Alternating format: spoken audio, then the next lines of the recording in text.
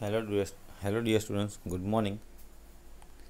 Today we will continue with chapter number 3, ruling the countryside, and the topic of this chapter is all was not well. So here, within a few years after the new systems were imposed, it was clear that all was not well with them. Driven by the desires to increase the income from land revenue, officials fixed to high revenue demand. So within a few years, in last few years, the company the company had imposed a new system, and from that it was clear that it was not well, it was not good for the company. Why it was not good for the company? Because their desire to increase their income, their desire to get the more income from the revenue from the land officials, and to get or to what we can say, to get the more income from these things, they increased too high revenue demands. Means, for example, if the revenue demand for at that time 1 rupees, then they said now you have to pay 5 rupees. So it was too high at that time for the peasant or for the farmers. So peasants were unable to pay, and riots fled the countryside, and the village became deserted in many regions. So the revenue which was imposed by the company, it was very much high for the peasant, and all the peasants were unable to pay the revenue. So optimistic officials had imagined that the new systems would transform the peasants into rich enterprising farmers, but this did not happen. So optimistic officials, so the company officials, the officers of the company, they were very optimistic. They have a vision of future. They have a vision of future. That what kind of vision they had? How they are optimistic? How they were optimistic? So they had imagination in their mind that this new system which they had imposed, that permanent settlement, mahalwari, so this kind of system in south, the farmers, or we can say the cultivators, which cultivating the land generation by generation, they collecting the revenue and they give it to the company. So this kind of systems which they were imposed, and they had imagination that this system would transform the peasants who were laborers in the farm field, or those who are poor farmers. They transformed these poor peasants into the rich farmers, but this did not happen. This system was failed, and that's why it is said that all was not well. यहाँ पे क्या होता है कि भाई with in a few years, मतलब कुछ सालों के अंदर जब नई सिस्टम इम्पोज की गई, तो ये तय हो गया था कि कुछ भी ठीक नहीं हो रहा था। कि क्यों नहीं हो रहा था? क्योंकि कंपनी की जो डिज़ायर थी कि वो ज़्यादा से ज़्यादा इनकम, ज़्यादा से ज़्यादा आवक जो है वो लैंड रेवेन्यू से क्या करें, जो लैंड से कमाए। लेकिन जो रेवेन्यू जो ऑफिसर्स ने फिक्स किए थे वो बहुत ही हाई थे, मतलब वो बहुत ही ज़्यादा थे। और वहाँ के जो पीजेंट मतलब जो मजदूर लोग थे, लोकल फार्मर्स थे, वो ये जो रेवेन्यू है वो पे नहीं कर पा रहे थे, क्योंकि वो उनके लिए बहुत ही बड़ी क्या थी, रकम थी। तो यहाँ पे क्या था कि भी ऑप्टिमिस्टिक जो लंबी सोच वाले जो ऑफिसर्स थे, उन्होंने ये इमेजिन किया था कि ये जो सिस्टम है वो यहाँ के जो पीजेंट लोग हैं उनको वो तवंगर, मतलब एक रिच फार्मर के फॉर्म में क्या करेगा, उनको ट्रांसफॉर्म कर देगा, लेकिन ऐसा हुआ नहीं। Crops for Europe. Now the topic crops for Europe means all the Indian cultivators or all the Indian farmers grown the crop for the Europeans. In Europeans, not only for British, but they had grown the crops for France, Italy, or for many countries. So that's why it is called the crop for Europe. The British also realized that the countryside could not only yield revenue, it could also grow the crops that Europe required. So here the British realized that the revenue was not the only thing, or from the revenue the company will not get the proper income. So it could means they can also earn the income from the crops which was grown by the Indian farmers for the Europe, or which crops they would grow, which Europe needed, which was required in Europe. तो यहाँ पे क्या होता था कि भाई British को ऐसा भी लगने लगा था कि ये कंट्री साइड जो है उसमें से रेवेन्यू से जो इनकम मिले वो उनके लिए पर्याप्त नहीं है, ठीक है, लेकिन जो यहाँ के लोग हैं वो उनके लिए मतलब यूरोप जो भी क्रॉप मतलब जो पाक जो है हम बोलते हैं ना, जो भी क्रॉप उनको चाहिए वो यहाँ से क्या करेंगे, उगाएंगे, फिर यहाँ से उनको अपने यूरोपियन कंट्रीज़ में क्या करेंगे, एक्सपोर्ट करेंगे। तो ऐसे वो लोग इनकम क्या करेंगे, गेन करेंगे। By the late 18th century, the company was trying its best to expand the cultivation of opium and indigo. In the century and the half that followed, the British pursued or forced cultivators in various parts of India to produce other crops: jute in Bengal, tea in Assam, sugarcane in the United Provinces, now Uttar Pradesh, wheat in Punjab, cotton in Maharashtra, and Punjab rice in Madras. So by the late 18th century, matlab means at the end of the 18th century, the company was trying its best to expand expand means they're trying to grow more and more opium and indigo in India for their nations, European nations. And in the century means in the 18th century and half that follow means half century of the 19th century, the Britishers forced the Indian peasants or Indian cultivator to produce the crops which European countries needed or which are required by the European countries. Here, which crops the European countries required, or which crops in Britain, the jute in Bengal. So they forced cultivators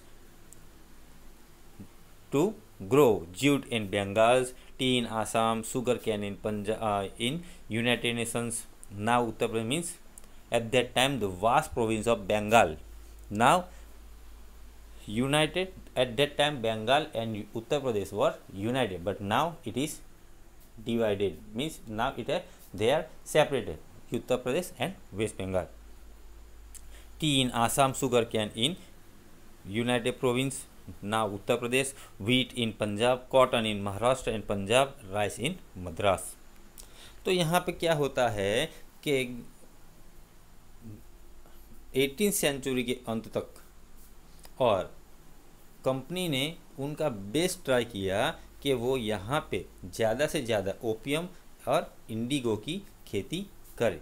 opium मतलब जिसको हम बोलते हैं अफीन की खेती करे, ठीक है, इंडिगो की खेती करे। और 19th सेंचुरी और उसके बाद में भी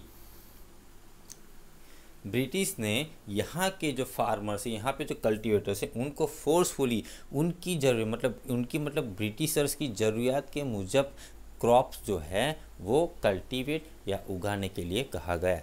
कौन से क्रॉप्स, जो बंगाल में जूट की, jute मतलब हम बोलते हैं स्वर्ण, tea in Assam, sugar cane. So these kind of crops, na, they have to grow for the Europeans. How was this done?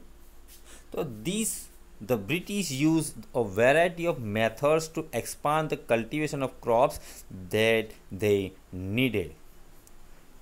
Let us take a closer look at a story of one such crop, one such method of production.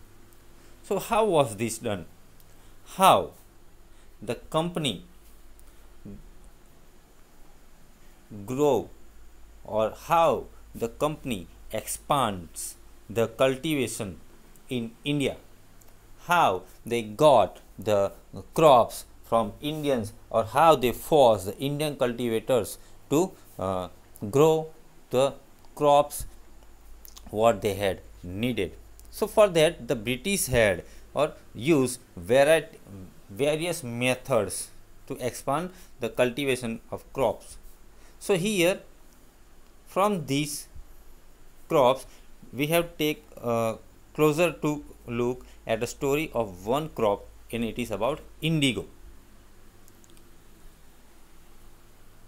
Does color have a history? क्या colour की कोई history होती है? Colour जो होते हैं उनकी कोई हिस्ट्री होती है? हमारे जो रंग है ना, उसकी क्या कोई हिस्ट्री होती है?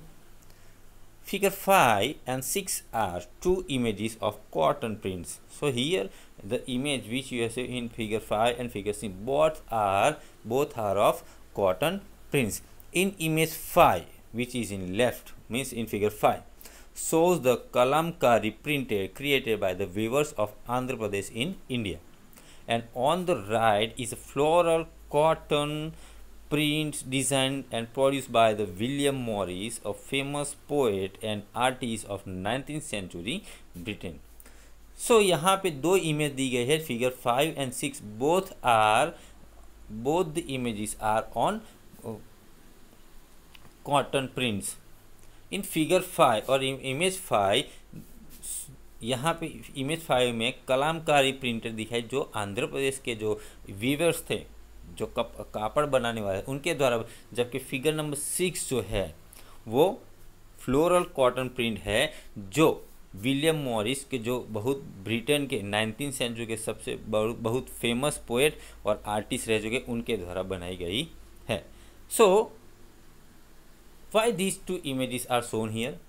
Because one thing is common in these two prints. Both use the rich blue color, and in both the images as you see rich blue colors. In figure 5 the blue color is used, in figure 6 also the blue color is used, commonly called indigo. Which blue color? It was indigo. Indigo means हम हमारे घर में जो white कपड़ों पे करते हैं ना, इंडिगो जिसको हम बोलते हैं इन गुजराती वी कैन से गड़ी कर, कपड़ा गड़ी कर या ब्लू कलर ना गड़ी करिए, that is indigo. Do you know how this colours was produce?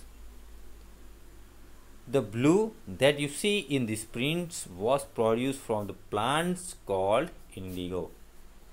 The colour blue which you see in both the prints, it was prepared or produced by the indigo plant. मतलब यहाँ पे जो blue colour हमने जो ऊपर की दो image में देखा वो कैसे प्रोड्यूस किया जाता है, तो वो जो है वो इंडिगो प्लांट से बनाया जाता है. It is likely that the blue dye used in Morris print in 19th century Britain was manufactured from indigo plants cultivated in India. तो 19th सेंचुरी में जो मॉरिस के द्वारा जो प्रिंट बनाई गई थी, जो हमने ऊपर देखा, वो इंडिगो कहाँ पे बनी थी? तो वो इंडिगो जो है वो इंडिया में बनाई गई थी. वो इंडिगो प्लांट जो है वो इंडिया में कल्टीवेट किया गया था. And for India was the biggest supplier of Indigo in the world at that time. So at that time in the 19th century India was the biggest supplier of indigo in the world at that time. So as you know that there were lots of demand of Indian spices, indigo, muslin, and the shawl of Dhaka.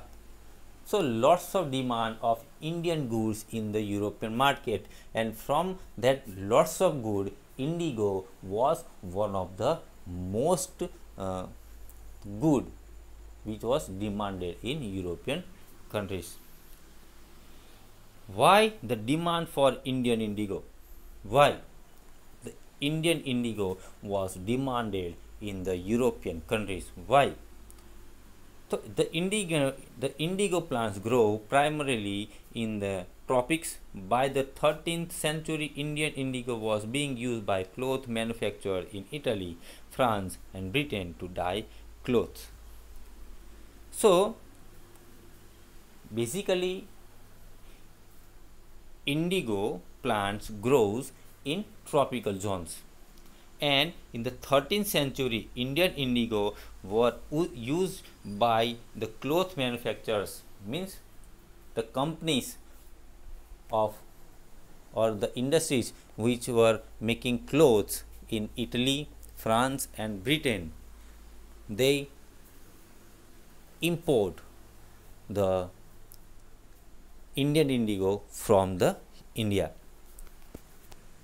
तो यहाँ पे क्या होता है कि भाई Indian Indigo जो Indigo plant है वो बेसिकली कहाँ पे, जो ट्रॉपिकल जोन होता है वहाँ पे ज़्यादा उगाई जाती है।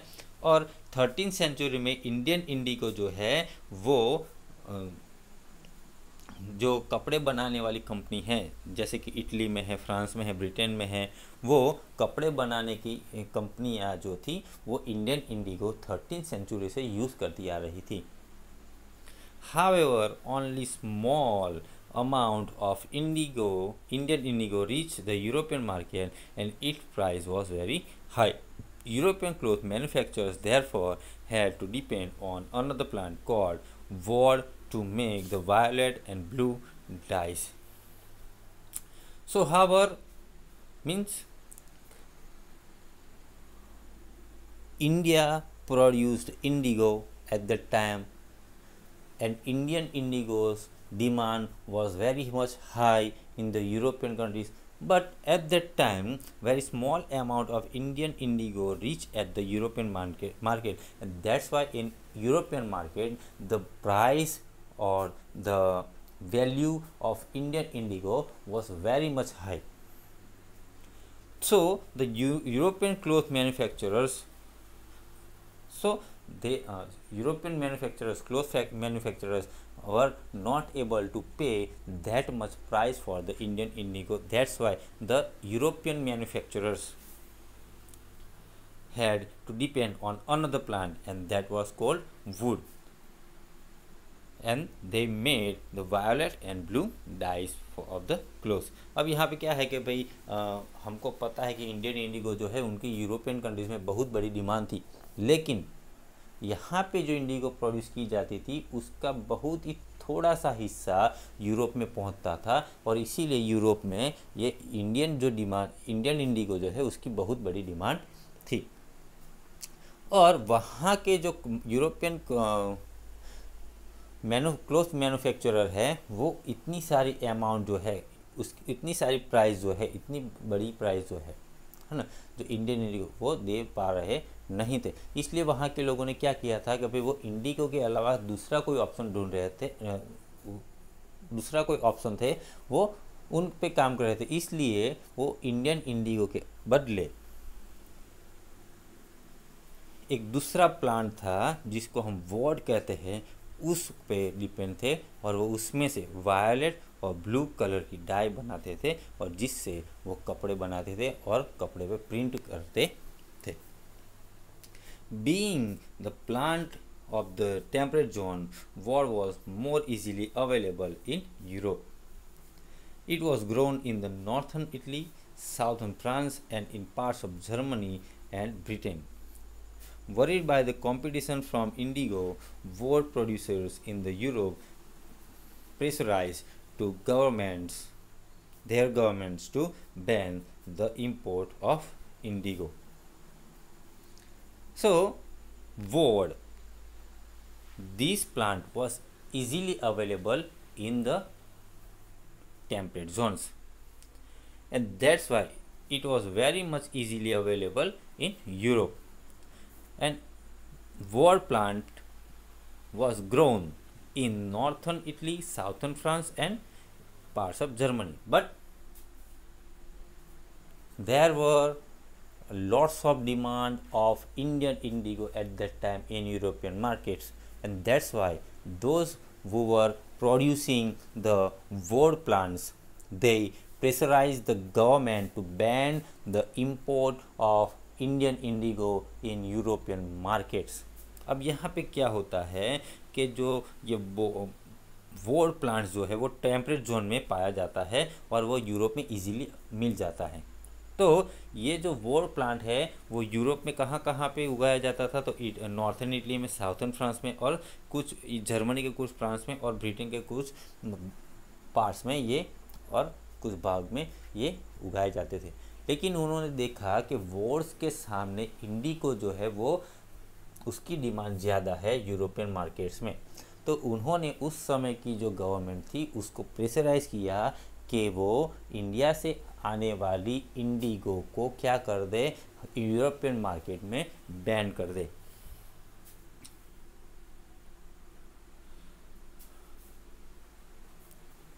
Cloth dyers, however, prefer the indigo as a dye. Indigo produced a rich blue color, whereas the dye from the wool was pale and dull.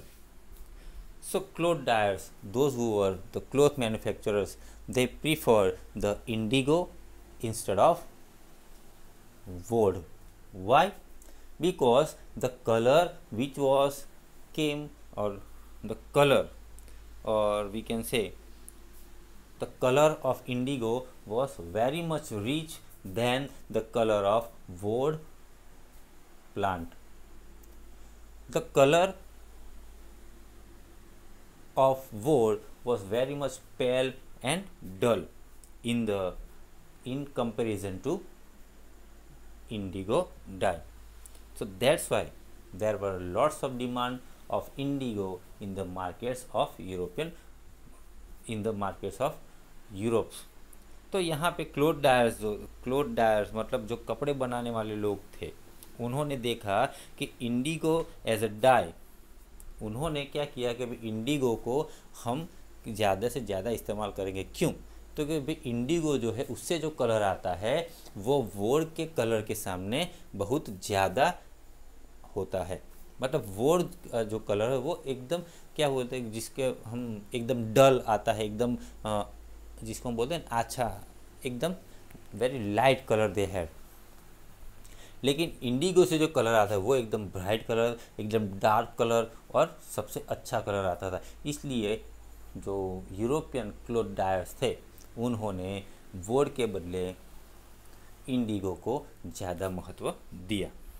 So by the 17th century, the European cloth producers persuaded their government to relax the ban on indigo import. So in the 17th century, the traders or the industrialists or the cloth manufacturers pressurized the government again to remove the ban, or we can say they relax the ban to import the Indian indigo in their markets. The French began cultivating indigo in Saint-Domingue in the Caribbean islands, the Portuguese in Brazil and English in Jamaica, and the Spanish in Venezuela. Indigo plantations also came up in many parts of North America. But the government were not in the mood to remove the ban of importing the indigo. So that's why French began cultivating indigo in Saint-Domingue in the Caribbean islands, Portuguese in Brazil and English in Jamaica, and Spanish in Venezuela. तो Indigo plantation also came up in the many parts of the north America. अब यहाँ पे क्या होता है कि government जो है हम उन्होंने बोला कि भाई गवर्नमेंट्स को जो क्लॉथ मैन्युफैक्चरर्स थे उन्होंने गवर्नमेंट से कहा कि वो जो इंडिगो इंपोर्ट जो है, इंडिगो जो आयात है उस पर जो बैन लगा है वो क्या कर दे, ख़त्म कर दे। लेकिन गवर्नमेंट जो बैन था वो ख़त्म करने के मूड में नहीं था, इसीलिए वहाँ के जो यूरोपियन कंट्रीज थे उन्होंने अपने आप जो है उनका प्लांटेशन स्टार्ट कर दिया, उन्होंने अपने आप से उनका कल्टीवेशन स्टार्ट कर दिया। जैसे कि फ्रेंच ने इंडिगो है सेंट डोमिंग जो कैरेबियन आइलैंड में सेंट डोमिंग वहाँ पे उगाना शुरू किया। पोर्टुगीज़ ने ब्राज़ील में, इंग्लिश लोग जो मतलब जो ब्रिटेन के लोग उन्होंने जमैका में, स्पेनिश लोगों ने वेनेजुएला में। इसी तरह इंडिगो प्लांटेशन जो है also came up in the, इसी तरह नॉर्थ अमेरिका के कई हिस्सों में भी इंडिगो का प्लांटेशन स्टार्ट हो गया। By the end of 18th century, the demand for Indian indigo grew further. So by the end of 18th century, the demand of Indian indigo grew more and more. There is a lots of demand of Indian indigo in the market of the Europe, and Britain began to industrialize, and its cotton production expanded dramatically, creating an enormous new demand for cloth dyes. While the demand of indigo increased, its existing supplies from the West Indies and America collapsed for the variety of reasons. Between 1783 and 1789, the production of indigo in the world fell by half. Cloth dyers in Britain desperately look for the new sources of indigo supplies. So from where could this indigo be produced? तो Britain ने